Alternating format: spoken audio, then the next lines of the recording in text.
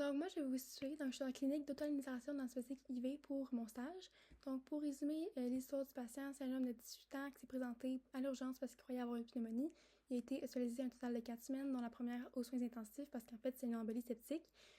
Aux soins intensifs, il y a eu 3 drains dans les poumons pour drainer le pus. Il a dû être alité pendant 7 ans, puis à la fin de la semaine qui était aux soins intensifs, les drains ont été retirés. Lors de ma rencontre avec le patient, j'étais dans sa chambre d'hôpital avec son congé pour évaluer s'il est apte à avoir de l'antibiothérapie intraveineuse.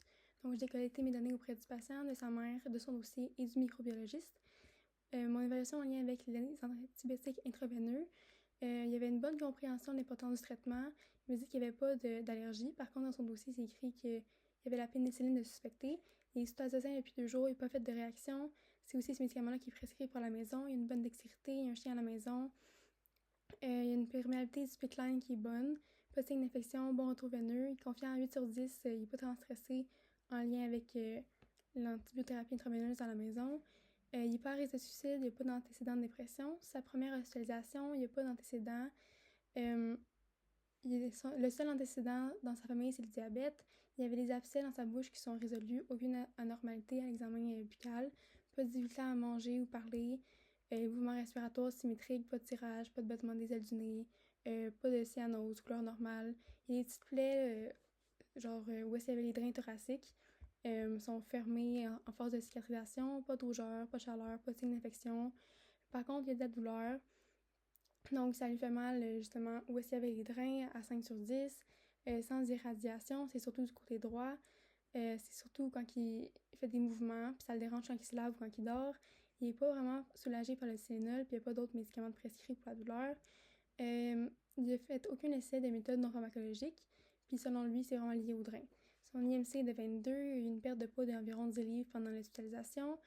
Il ressent une certaine frustration d'avoir perdu de la force, mais il garde le bon moral, il dit que ça le motive à retourner au gym. Pour ses habitudes alimentaires, il mange de manière équilibrée, il prend aucun supplément, il prend des collations s'il a faim, il y a des protéines dans tous ses repas, des légumes, des fruits en abondance. Il va restaurant moins 2 fois par mois. Pour l'activité physique, avant d'être hospitalisé, il allait au gym 5 fois par semaine, faisait du ski, du patin, du ski de fond. Pour le sommeil, il dort quand même bien. Il se couche environ vers 9h, il se réveille vers 8h à tous les jours. Il a de la difficulté à s'endormir, ça lui prend environ 1 heure le soir, mais c'était comme ça avant l'hospitalisation. Il dort mieux à sa maison. Il est content d'avoir lâché sa session du cégep parce qu'il a plus de temps pour se remettre de son hospitalisation et retrouver sa forme physique. Ça le préoccupe pas vraiment, il est en contact avec son API. Il est déjà inscrit pour reprendre les cours qu'il a manqués à la session d'été, donc il n'y aura pas de retard dans ses études. Il étudie en sciences humaines, il n'a pas de difficulté à l'école, il apprend bien de manière visuelle. Il a une bonne stratégie d'adaptation au stress, il travaille comme serveur depuis 3 ans. Il n'a pas besoin d'argent, ses parents le soutiennent financièrement. Il est dans la classe moyenne, il vit avec ses parents et ses 2 frères, dans une maison propre à 2 étages, pas de difficulté à marcher ou monter les escaliers. Sa mère travaille à la maison. Il est en contact avec ses amis sur les réseaux sociaux tous les jours. Il a un bon réseau de soutien, une bonne confiance avec ses amis, ses parents le soutiennent. Le CLC est à 15 minutes de chez lui en auto. Il y a des sentiers de ski de fond, raquettes, une patinoire proche de chez lui. Il se déplace en voiture, il est catholique mais non pratiquant. La religion n'a pas une très grande place dans sa vie. Il est célibataire, passe beaucoup de temps en ligne avec ses amis sur les réseaux sociaux ou à écouter la télé. La première chose qu'il fait le matin, c'est répondre à ses messages. Le jour quand il s'ennuie, il écoute la télévision. Il passe près de 9 heures par jour sur un écran. Il est conscient qu'il passe beaucoup de temps sur les écrans, surtout depuis son hospitalisation, parce qu'il y a moins de choses à faire. Il est ouvert à améliorer cette habitude.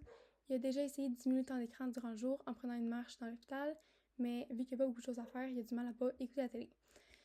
Il a plusieurs forces, ressources et motivations, donc c'est une personne positive, il a une grande capacité d'adaptation, sa santé c'est important pour lui, il connaît les ressources de son quartier, il connaît beaucoup de choses sur l'alimentation saine aussi, il trouve qu'il est en bonne santé parce qu'il mange bien, il consomme pas de drogue, il fume pas, il vapote pas, il prend de l'alcool aux occasions spéciales, il sait qu'il sera en mesure de regagner sa force, mais il y a plusieurs questionnements, donc il sait pas à quel moment c'est le mieux pour lui de recommencer l'entraînement, s'il peut reprendre les mêmes entraînements qu'avant. Ses motivations sont de retrouver une vie normale, de retourner à l'école, de retrouver sa masse musculaire. Son projet de vie est d'être en santé, d'avoir une famille à court terme. Puis à court terme, il veut sortir de l'hôpital et avoir un environnement familier, pouvoir faire ce qu'il veut. Il se sent un peu seul à l'hôpital, il est plus isolé, puis il dort mieux chez lui.